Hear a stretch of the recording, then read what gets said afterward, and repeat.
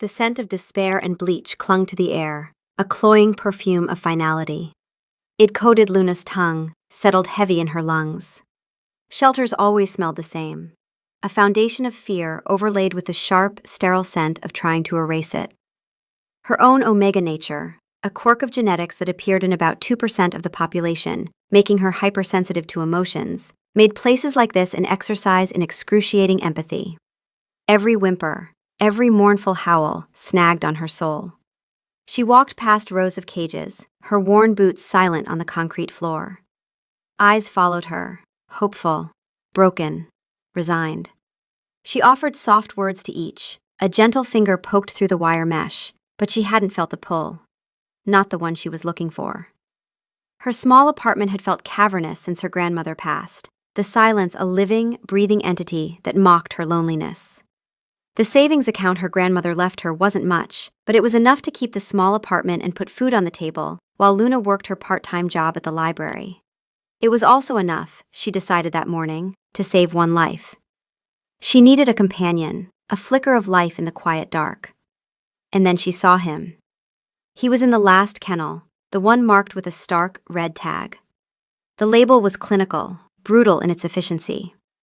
Male, unidentified canine, aggressive, EUTH. Date, 10/26. Today. He wasn't a dog. He was a monster. A creature pulled from myth and shadow.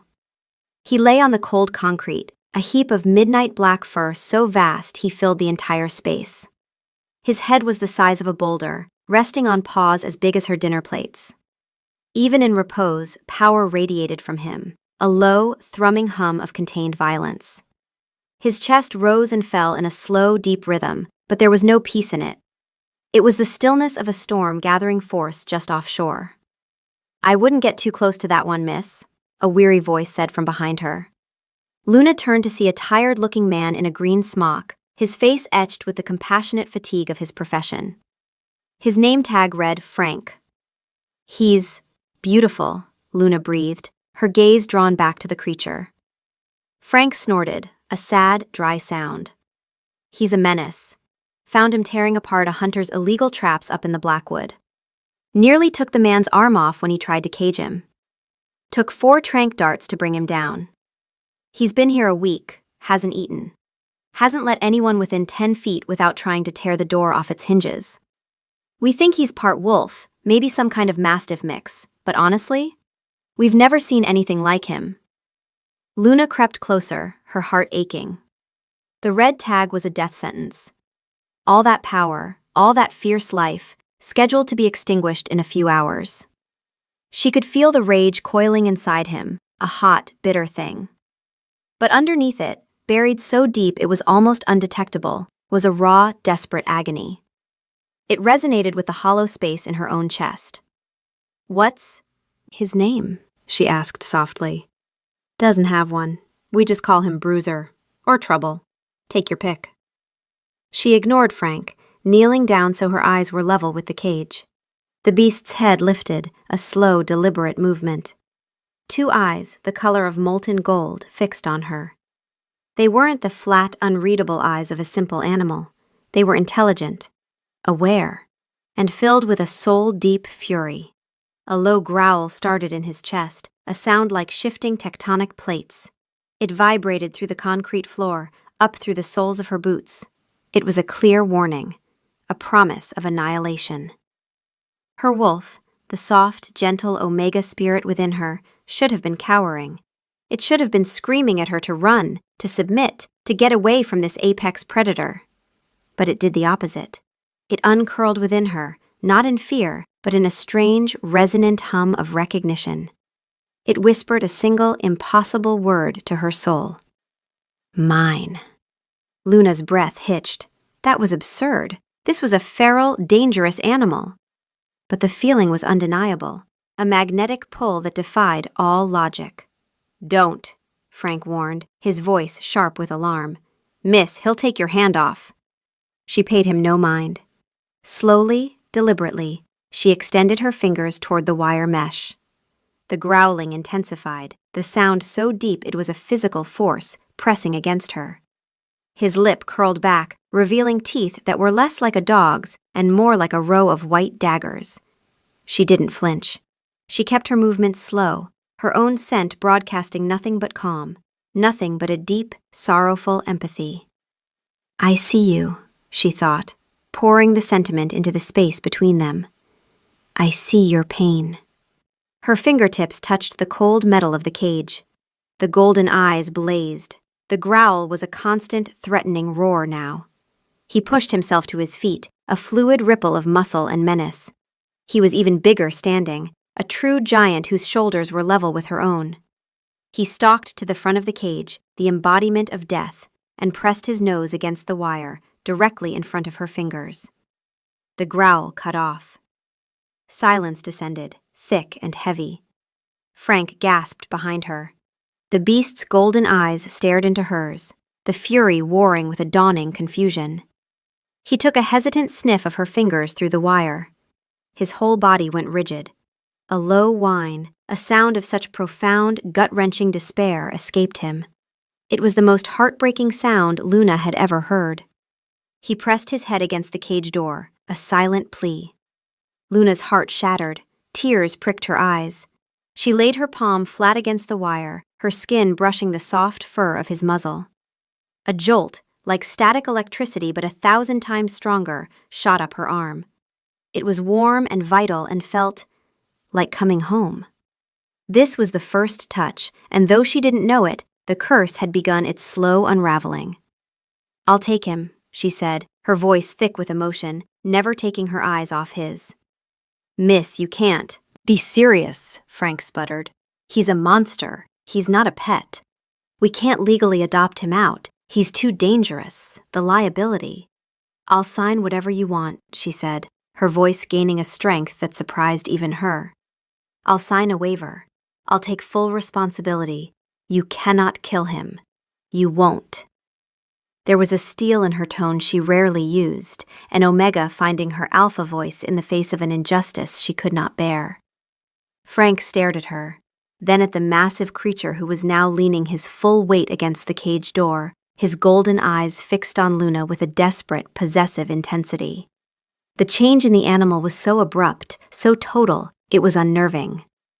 I have to talk to my supervisor, he stammered, backing away. Luna didn't answer. She was lost in those golden eyes, her hand still pressed to the cage. The great beast let out another soft whine and licked her fingers through the mesh, his tongue impossibly rough and warm. A single tear escaped her eye and traced a path down her cheek. It's okay, she whispered to him, her voice trembling. It's okay now. I've got you. An hour later, Frank returned, his expression conflicted. I can't authorize this, Frank said firmly. But, he glanced at the creature, now docile and pressed against the cage near Luna. My shift ends in 20 minutes. If someone were to, say, leave the back door unlatched, and if this dog were to escape with someone who clearly has a connection to him, well, I'd feel terrible about the paperwork, but I'd feel worse about putting down an animal that might have a chance. Luna met his eyes. Understanding passed between them. Thank you, she whispered. I never saw you, Frank replied, pressing a heavy-duty chain lead into her hands. Getting him home was an ordeal. The massive dog, she refused to think of him as a monster, was a study in contrasts. With anyone else, he was a statue of simmering aggression, a low growl a constant promise in his throat. The moment Luna's hand touched him, the moment she spoke, he melted into utter docility. He followed her out of the shelter through the back entrance, his huge body pressed so tightly against her leg she nearly tripped, a silent, furry shadow of absolute devotion. She didn't have a car, so she'd called the town's only pet-friendly taxi, a battered van driven by a man who took one look at her new companion and nearly refused the fare. It was only after a significant tip and her desperate assurances that he was perfectly safe that the driver reluctantly agreed, his eyes wide with fear in the rearview mirror the entire drive. Her apartment was on the 3rd floor of a creaky old building.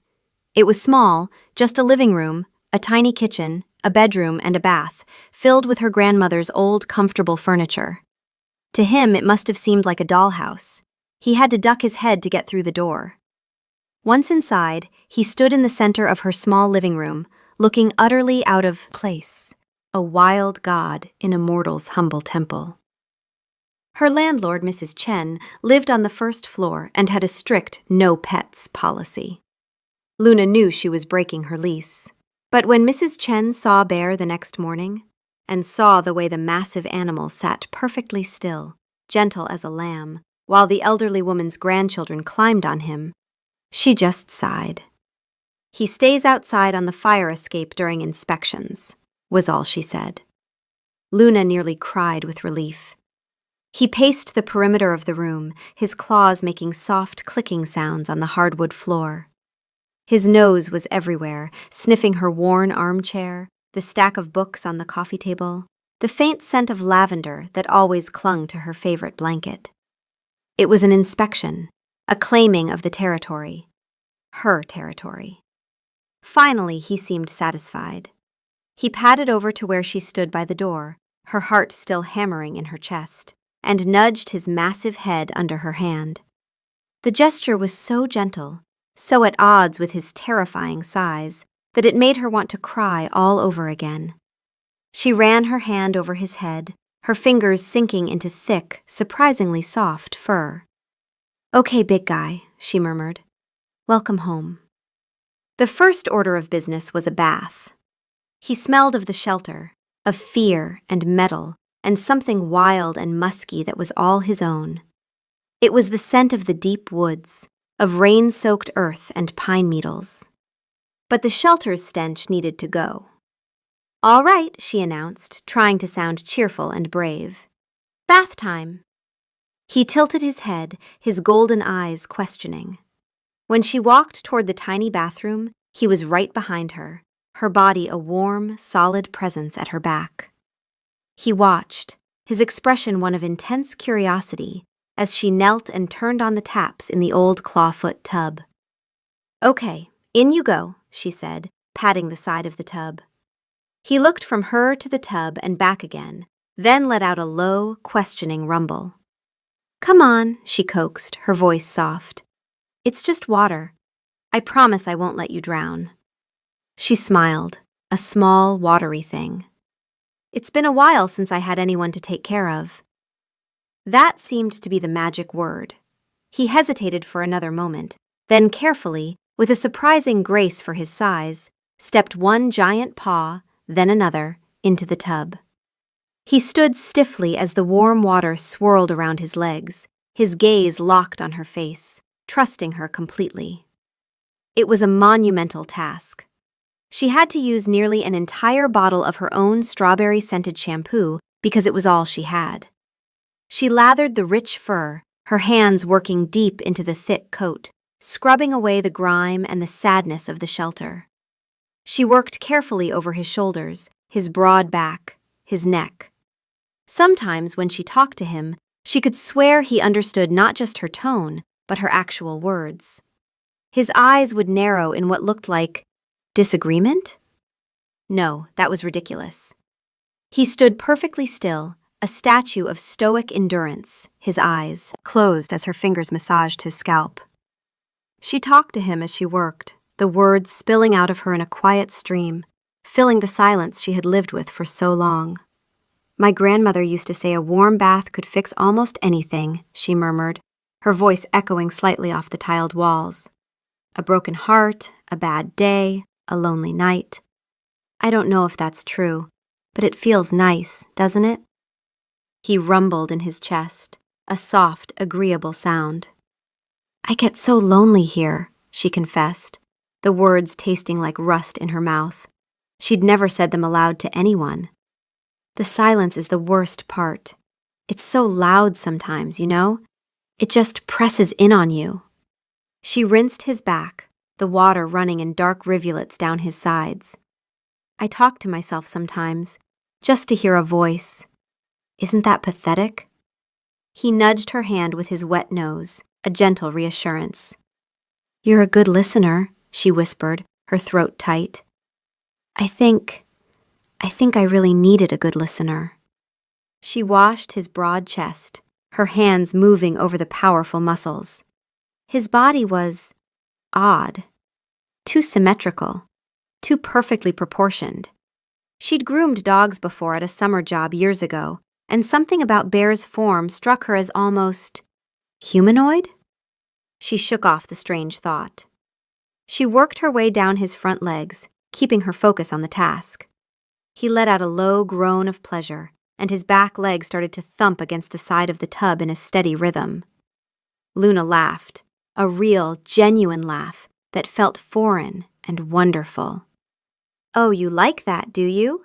You're just a big softy, aren't you? A big, handsome boy who just needed someone to be kind." His tail gave a single mighty wag, sloshing a gallon of water onto the floor. She finished his bath, rinsed him thoroughly, and then faced the new challenge of drying a creature of his size with her 3 small bath towels. It was a mostly futile effort, but he seemed to enjoy the vigorous rubbing, leaning into her touch with a sigh of pure contentment. When they were done, the bathroom looked like a small lake had overflowed, but he was clean. He smelled of pine and rain and strawberries. It was a strange combination, but it suited him. For the next 2 weeks, he was her shadow, her great black shadow. He followed her from room to room, a silent, watchful guardian. When she cooked, he lay on the cool linoleum of the kitchen floor, his head on his paws, golden eyes tracking her every move. When she read on the sofa, he'd lay his head in her lap, his weight a comforting, solid pressure on her legs. She'd gone through her grocery budget for the month in the first week. Bear ate like a wolf. She'd started eating instant ramen for dinner so he could have proper meals. It was worth it. At night, the first night, he'd tried to sleep on the small rug by her bed. She'd woken in the middle of the night to the sound of his soft whining. In the dim moonlight filtering through her window, she saw him staring at the bed, his expression one of pure longing. She woke once in the night to find Bear standing on his hind legs, front paws on the windowsill, staring out at the moon with an expression of such profound yearning. It broke her heart. "Oh, for heaven's sake," she'd mumbled, still half asleep. "Get up here, you big baby." The bed had groaned in protest as he'd launched himself up, but he'd settled carefully in the space beside her, curling his massive body around her smaller one. He was a living furnace, chasing away the chill that had seemed to settle in her bones for months.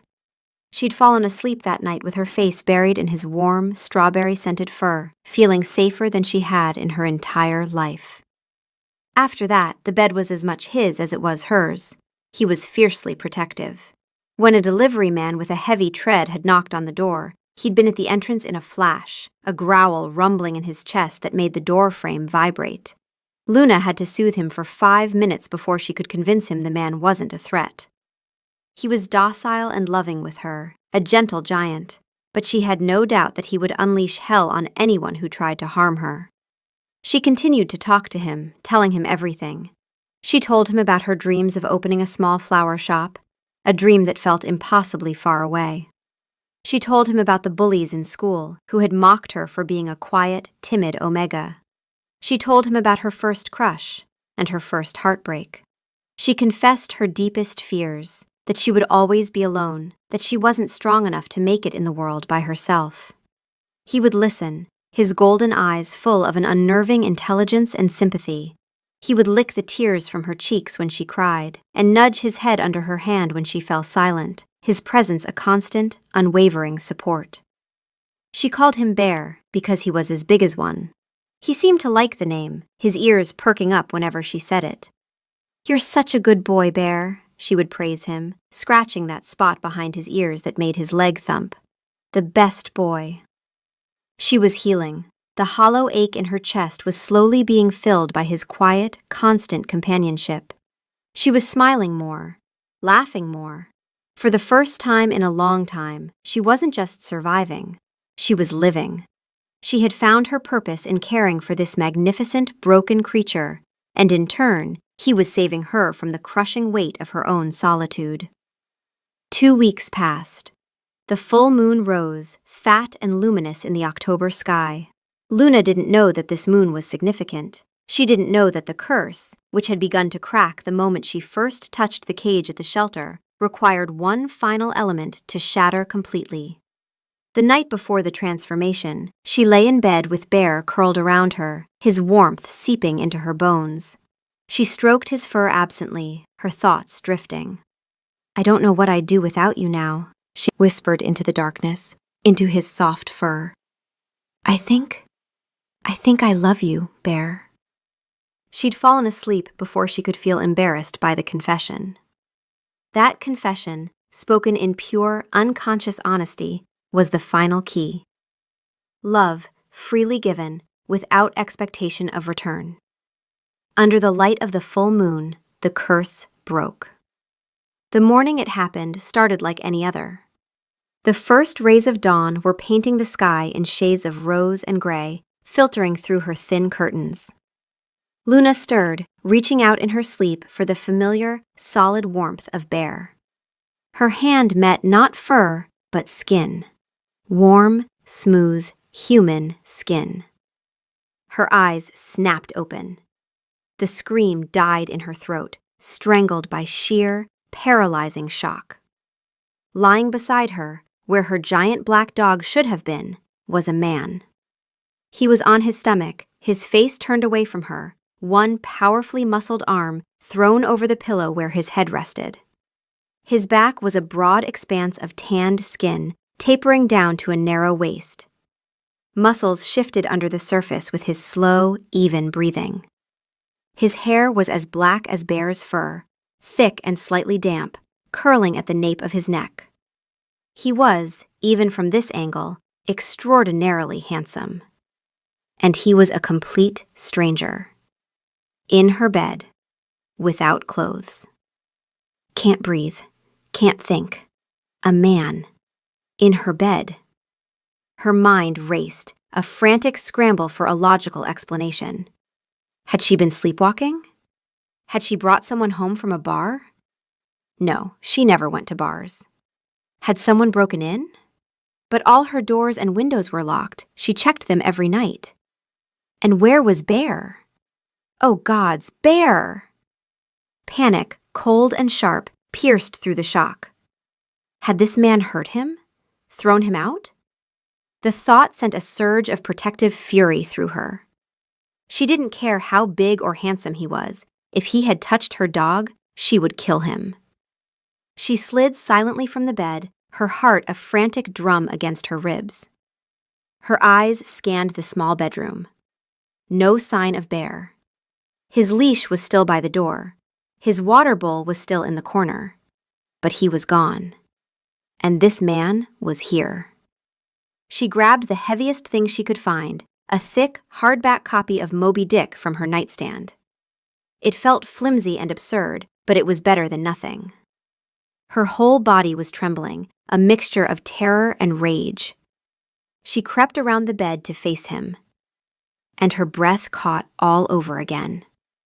His face, even in sleep, was a masterpiece of masculine beauty. A strong jaw dusted with dark stubble, a straight nose, full lips slightly parted. Long, dark lashes rested against high cheekbones. A faint, jagged scar cut through his left eyebrow, the only imperfection on an otherwise perfect face. The world tilted on its axis. The book slipped from her nerveless fingers and hit the floor with a soft thud. It wasn't possible. It was insane. A fairy tale. A delusion. But as she stared at the sleeping man, at the sheer size of him that, now that she was really looking, seemed to fill the bed in the exact same way Bear had, as she looked at the wild, untamed quality of his black hair, so much like a thick pelt. A horrifying, impossible, ridiculous idea began to form. The man on the bed stirred, disturbed by the sound of the falling book. He rolled onto his back with a low groan, and Luna's world didn't just tilt. It shattered. His eyes fluttered open. They were the color of molten gold. He blinked, his gaze unfocused for a moment as he stared at the ceiling. He flexed his hands, staring at them as if he'd never seen them before. He ran a hand over his chest, down his torso, his expression one of pure, dawning wonder. Then his head turned. Those intelligent, aware, impossibly familiar golden eyes met hers. Recognition dawned. And with it a wave of emotions so potent she could feel them across the room. Relief, gratitude, confusion, and then dawning, soul-deep, utter mortification. He shot up into a sitting position, frantically grabbing for the sheet to cover himself. The movement was so sudden, so human, it broke the spell of her paralysis. Luna finally found her voice. It came out as a strangled squeak. "Get out!" The man, the stranger, Bear, the creature from the shelter, winced. "Luna, get out." Her voice was rising, hysteria creeping in. "I don't know what this is, drugs, a breakdown, a home invasion, but you need to leave, now, before I call the police." "Please," he said, desperation in his voice. "I know this is—" "You were my dog," she shrieked. "Dogs don't turn into people. This isn't real. None of this is real." He held up his hands, backing toward the edge of the bed. Okay, I'll go.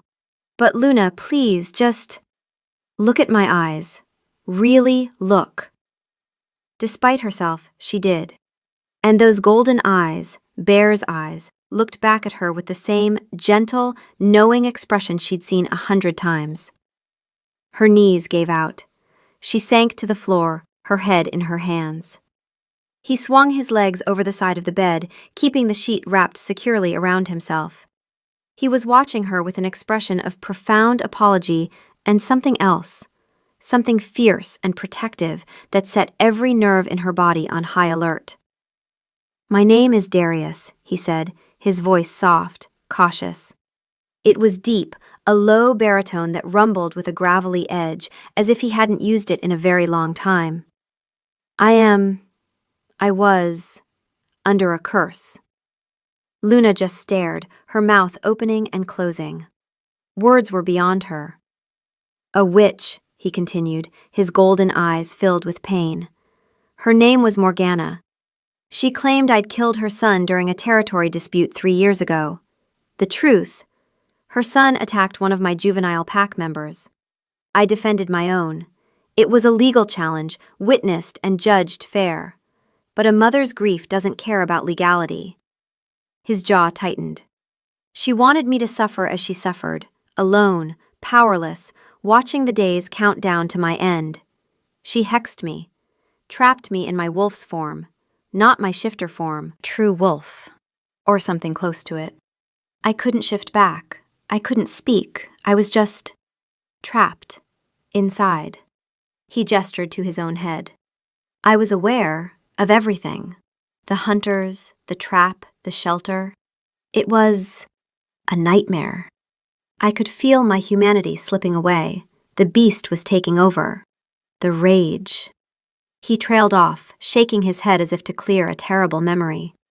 "And then you came," he said, his voice dropping to a low, intense murmur. His golden gaze pinned her to the spot. "You weren't afraid. You looked at me and you saw me, not the monster." Luna's face flushed with a deep crimson. "Oh, I saw the monster," she thought hysterically.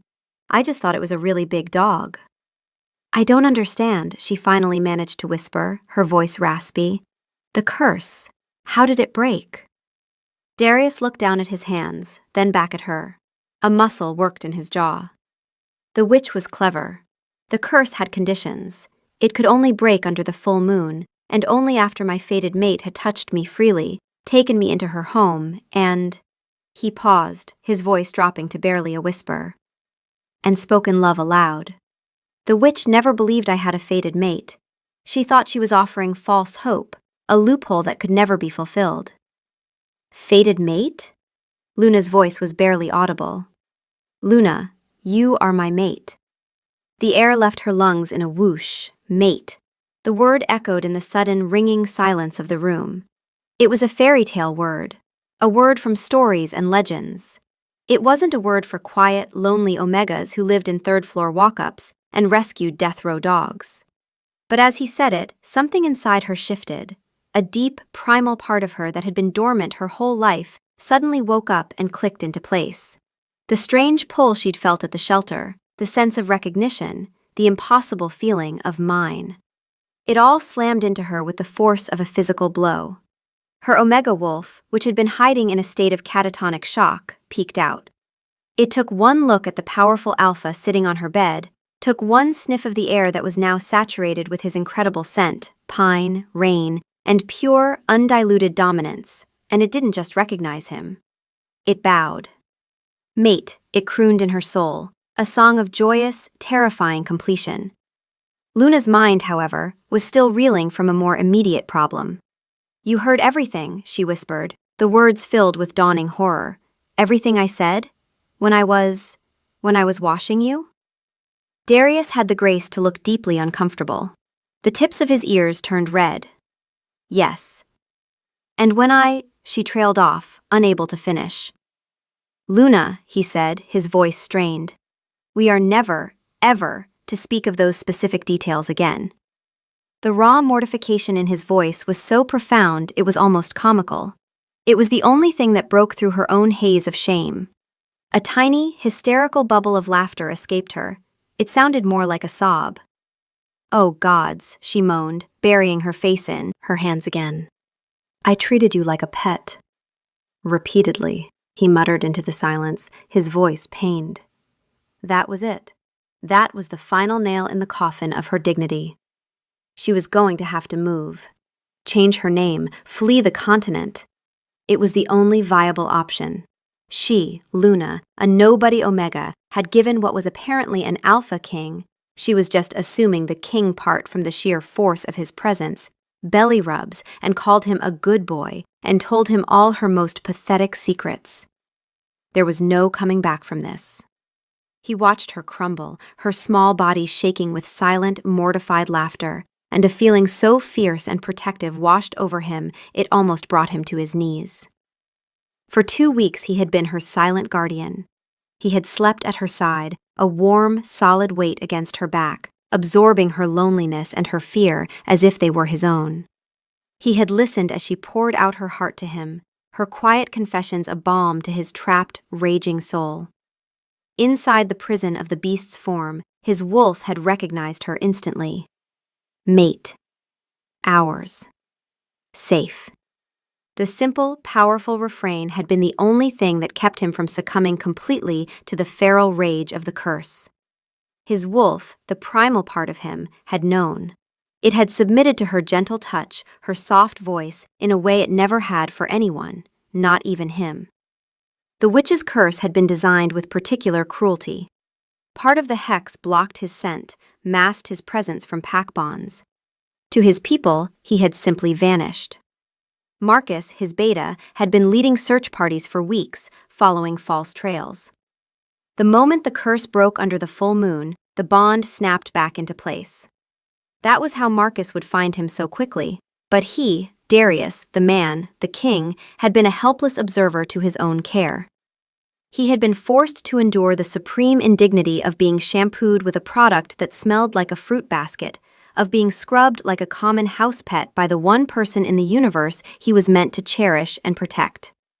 The memory sent a fresh wave of heat up his neck, but beneath the mortification, there was a gratitude so profound it was an ache in his chest.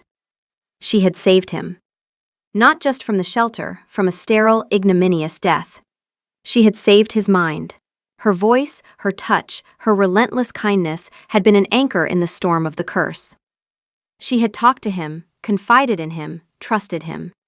She had looked at a monster and seen a friend, and now he had terrified her. He saw the fear and confusion warring with shock on her beautiful face. He saw the way her body trembled. His alpha instincts roared to life, demanding he go to her, wrap her in his arms, soothe her with his scent, and promise her he would never let anything harm her again. He restrained the urge with an iron will. He was essentially an unclothed stranger in her bedroom who, until 5 minutes ago, she had believed to be her pet. He needed to tread very, very carefully. "Luna," he said again, his voice softer this time. He kept his hands in plain sight, resting on his knees. I know this is a shock. I am so sorry for frightening you. I never intended for this to happen. I was scouting alone, something I did regularly to stay connected to my territory. I'm a king, but I'm also a warrior. I refuse to lead from a throne room. His jaw tightened. It was arrogant. Morgana had been watching, waiting for the moment I was isolated. She ambushed me just as I shifted to deal with the traps. The curse took hold mid-shift.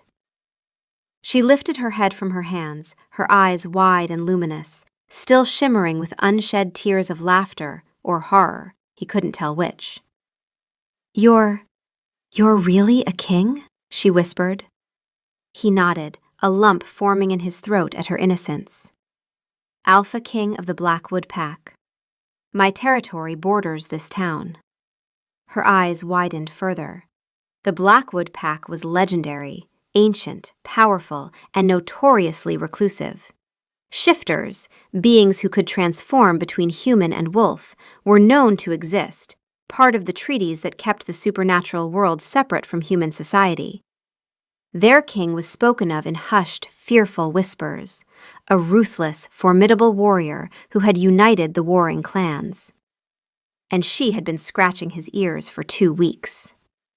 So the hunter, she began, was a poacher on my lands, setting silver-laced traps for my people. I was dealing with him when the curse took full effect. It was time to strike when I was at my most feral. He couldn't keep the bitterness from his voice. Luna pushed herself to her feet, wrapping her arms around her waist as if to hold herself together.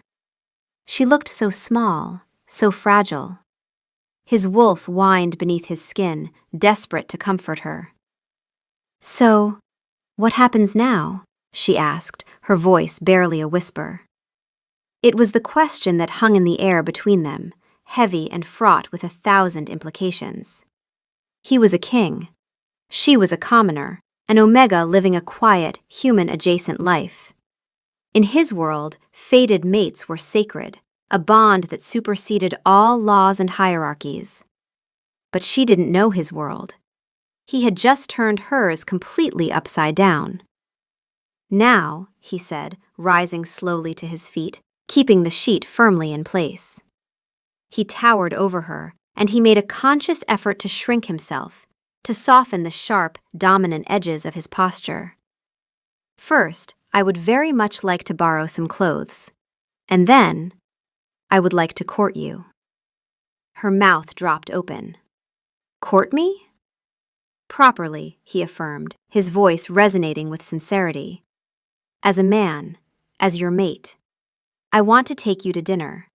I want to bring you flowers, ones that aren't wilting in a vase, he added, with a small, self-deprecating glance at her dresser. I want to learn everything about you that you haven't already told me. I want a chance to be more than just your dog. The last word came out rougher than he intended, thick with the lingering humiliation. Luna's expression softened. The fear in her eyes was replaced by something else, a flicker of the same empathy she had shown him in the cage. She saw past the king, past the powerful alpha, and saw the man, embarrassed and vulnerable before her. A small, hesitant smile touched her lips. Okay, she said softly. But first, you definitely need some clothes. I think my grandfather's old sweatpants might be in a box somewhere. I'm not sure they'll fit, though. He looked down at his own long, muscular legs and then at her tiny frame. I'm sure we can make it work, he said, the corner of his own mouth twitching upwards. A fragile truce settled between them, woven from mutual embarrassment and the undeniable, thrumming pull of the mate bond. It was a strange, terrifying, and utterly ridiculous beginning. But as he looked at her, at the woman who had saved his life with strawberry shampoo and secrets whispered in the dark, he knew one thing with absolute certainty. He would spend the rest of his life making sure she never regretted picking the monster in the last cage. The weeks that followed were a surreal blend of fairy tale romance and awkward comedy. Darius, as it turned out, was a man of his word. After squeezing himself into a pair of her grandfather's gray sweatpants that were comically short on him and a t-shirt that was stretched tight across his chest, his first act was to make a phone call. Within an hour, a sleek black car with tinted windows had pulled up outside her building, and a stern-looking man in a suit, Darius's beta, Marcus, had appeared at her door with a suitcase full of clothes for his king and a look of profound, bewildered relief on his face. "Sire," Marcus had breathed, his voice thick with emotion. "We've been searching." "I know," Darius had said quietly, gripping his beta's shoulder. "The curse blocked the bond. I couldn't reach you, but I'm here now, I'm safe." Darius insisted on staying. "My place is a bit overwhelming," he'd said, which Luna later learned was the understatement of the century, as his place was a sprawling, fortress-like castle deep in the heart of the Blackwood. "And besides," he'd added, his golden eyes soft, "I'm not leaving you." So, the Alpha King took up residence on her lumpy sofa. He refused to sleep in her bed again, declaring that the next time he was in it, it would be as her chosen mate, properly invited. The sentiment was noble and romantic, but the reality was that his massive frame overhung the couch by a good foot, and she'd often wake in the night to find him pacing the small apartment like a caged lion, his power and energy too immense for the tiny space. He courted her with a single-minded, royal intensity. He filled her apartment with flowers, replacing the wilting daisies with extravagant bouquets of peonies, lilies, and roses that made the whole place smell like a garden. He discovered her dream of owning a flower shop and, the very next day, approached her carefully. "I have a property in mind," Darius said, his tone measured. "It's been sitting vacant for months. The owner is a pack member who owes me several favors. But I won't do anything without your permission. I'd like to arrange a viewing. You decide if it's right, you decide if you want to accept. And we'll draw up proper business loan papers through my attorney. No gifts, no shortcuts. A real investment in your real dream." Luna had been overwhelmed, her eyes filling with tears. His belief in her was so absolute, so unwavering, it stole her breath. 3 weeks later, after inspections, negotiations, and Luna insisting on reading every line of the contract twice, she signed the papers for her future flower shop.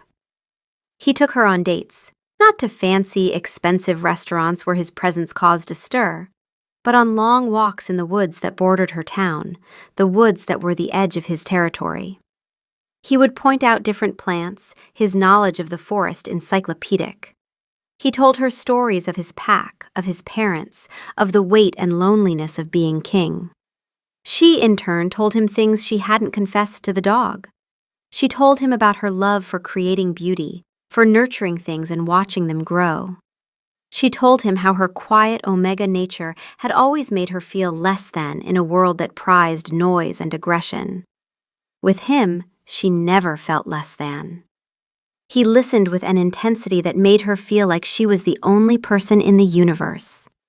He treated her not as a fragile omega to be sheltered, but as a queen to be revered. He tempered his powerful alpha nature around her, but she could feel it humming just beneath his skin, a constant, reassuring presence. It made her feel safe in a way she'd never imagined possible. The physical tension between them was a constant, living thing. The mate bond thrummed in the space between them, an undeniable pull that was almost impossible to resist. A simple brush of his hand against hers sent a jolt of electricity through her entire body. When he helped her on with her coat, his fingers grazing her neck, her knees would go weak. He was a perfect gentleman, always respectful of her space, but she could see the effort it cost him. She would catch him watching her, his golden eyes filled with an intense, undeniable connection that mirrored the ache in her own chest. His wolf was a constant presence, a restless energy just under the surface. Sometimes when she laughed, she would see his eyes flash, a primal look of possession and pride that made her shiver.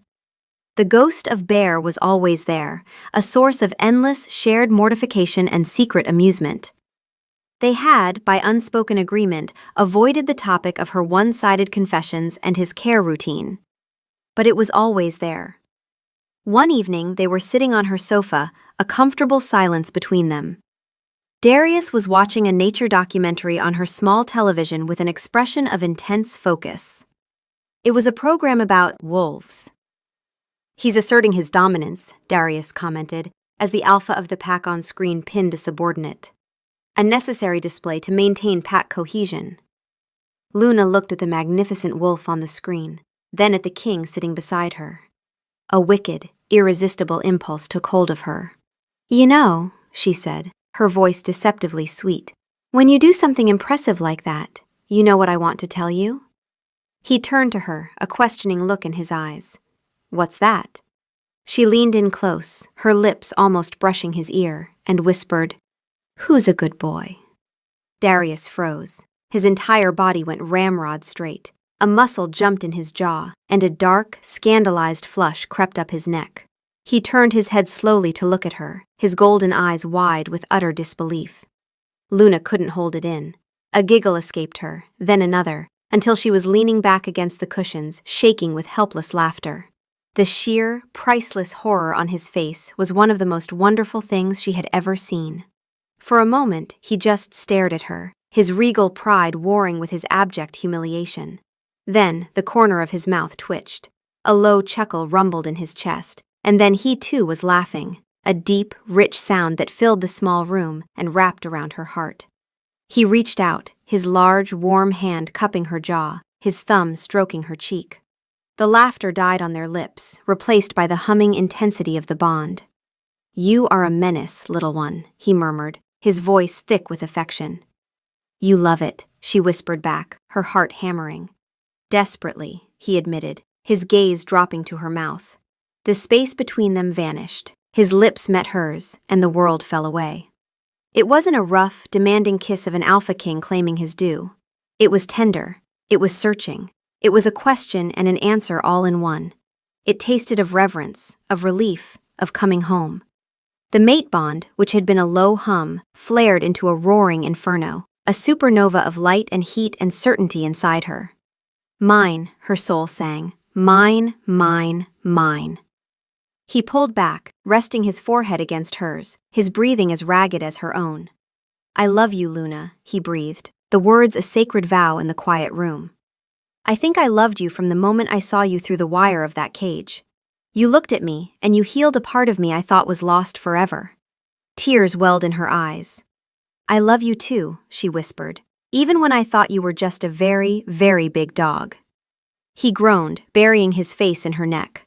"Please," he begged, his voice muffled by her hair. "Have mercy." She just laughed, her arms wrapping around his strong back, holding him tight. The last of her fear, the last of her loneliness, melted away in his embrace. She was home. The day Darius proposed, he took her to the newly renovated storefront that would soon be her flower shop, the Omega's Garden. The scent of fresh paint and sawdust still hung in the air, but she could already picture it, filled with buckets of bright blossoms and lush greenery. He'd been acting strangely all day, a nervous energy crackling around him that was completely at odds with his usual unshakable calm. His beta, Marcus, had been hovering nearby, looking even more stressed than his alpha. "I have something for you," Darius said, his voice uncharacteristically tight. He stopped in the center of the sun-drenched room. Luna's heart began to beat a little faster. "Oh?" He reached into the pocket of his jacket. "I wanted to give you something that symbolizes our beginning," he said, his gaze fixed on her face, his golden eyes blazing with an emotion so intense it made her feel weak. He pulled his hand from his pocket. For a horrifying, surreal second, Luna thought he was holding a dog collar. It was black leather, studded with what looked like tiny, glittering diamonds. Her jaw dropped. He wouldn't. He couldn't. The man was an alpha king. He was dignity and power personified. He would not propose with a dog collar. And then he got down on one knee. He opened the collar. It wasn't a collar at all. It was a velvet jeweler's box, cleverly disguised. Nestled inside on a bed of black satin was the most beautiful ring she had ever seen. A large, flawless diamond was flanked by two smaller golden stones that perfectly matched the color of his eyes. Luna's breath hitched, a sob of shocked laughter and overwhelming love catching in her throat. "Luna," he said, his voice shaking slightly. "When I was trapped in that darkness, you were my only light. You saved me in every way a person can be saved. You are the bravest, kindest, most wonderful woman I have ever known. You are the other half of my soul. You are my queen, in every way that matters. Please," he swallowed, his vulnerability a raw, beautiful thing. "Make it official. Marry me." Tears were streaming down her face, but she was smiling, her heart so full she thought it might burst. The joke, the sheer, audacious, wonderful absurdity of the disguised box, was so perfectly them. It acknowledged the ridiculousness of their beginning while embracing the profound depth of their love. "Yes," she whispered, her voice thick with tears. "Yes, Darius, of course, yes." He let out a shaky breath of relief and slid the magnificent ring onto her finger. It fit perfectly. He stood, pulling her into his arms and kissing her deeply, right there in the middle of their shared dream. From the doorway, she heard the sound of a discreet cough and what sounded suspiciously like a relieved sob from his long-suffering beta.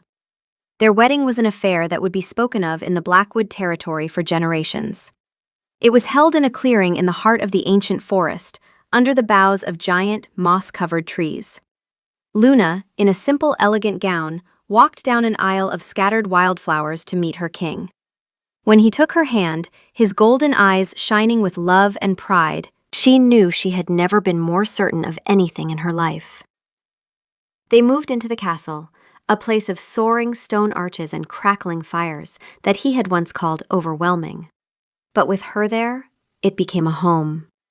She filled its vast, echoing halls with flowers and laughter, her gentle Omega presence a calming balm to the pack's fierce Alpha heart. She was a natural queen, ruling not with commands, but with a quiet strength and a deep, abiding compassion that earned her the fierce loyalty of his entire pack. A few months after they were married, Luna came to him with a serious expression on her face. "Darius, we need to talk." His blood ran cold. "What is it? Are you all right?" he asked, instantly at her side, his hands scanning her for any sign of injury or distress. "I'm fine," she assured him, taking his hands. "It's just, the castle is so big, and you're often so busy with kingly duties, it gets a little quiet." He felt a pang of guilt. "I know. I'm sorry. I can delegate more to Marcus." "No, that's not it," she interrupted, a small, mischievous smile playing on her lips. "I just think I need some more companionship, for when you're not here." Before he could respond, she led him to the castle's main entrance. There, sitting in a row, were three of the ugliest, scruffiest, most mismatched dogs he had ever seen. One was a tiny terrier with an underbite, another a lanky hound with one floppy ear and one that stood straight up, and the third was a fluffy, three-legged creature of indeterminate breed. All three of them were wagging their tails so hard their whole bodies wiggled. "I've been visiting them," Luna admitted, stroking the three-legged dog. "Every week since we married. The same shelter where I found you. I couldn't stop thinking about all those others in cages. These three, they were scheduled for euthanasia. I couldn't—" Her eyes filled with tears. "I know the castle is your home, but—" "Our home," he corrected gently, kneeling beside her. "And what kind of king would I be if I denied my queen her compassion?" He looked at the mismatched trio. "Besides, they'll fit right in with our story." They were all wearing tags from the very same shelter where she had found him.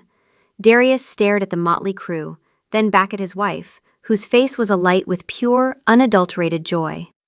He felt a swell of love for her so powerful it nearly buckled his knees. He sighed, a long, dramatic sound of utter defeat, and knelt down. The three dogs immediately swarmed him, licking his face and hands with joyous abandon. "All right," he said, laughing as the three-legged one tried to climb into his lap. Welcome to the family. Life was good. It was more than good. It was a gift he thanked the ancestors for every single day. He had his queen, his pack was thriving, and his home was filled with love and the click-clack of dog claws on stone floors. But he never did live down the embarrassment. Years later, he would be in a tense meeting with visiting alphas, projecting an aura of absolute power and control. And Luna would walk in with a tray of tea. She would set it down, give him a soft, loving smile, and just before she left the room, she would catch his eye and mouth the words, "Good boy." And every single time, the great, feared alpha king of the Blackwood pack would flush to the roots of his hair. And he wouldn't have had it any other way.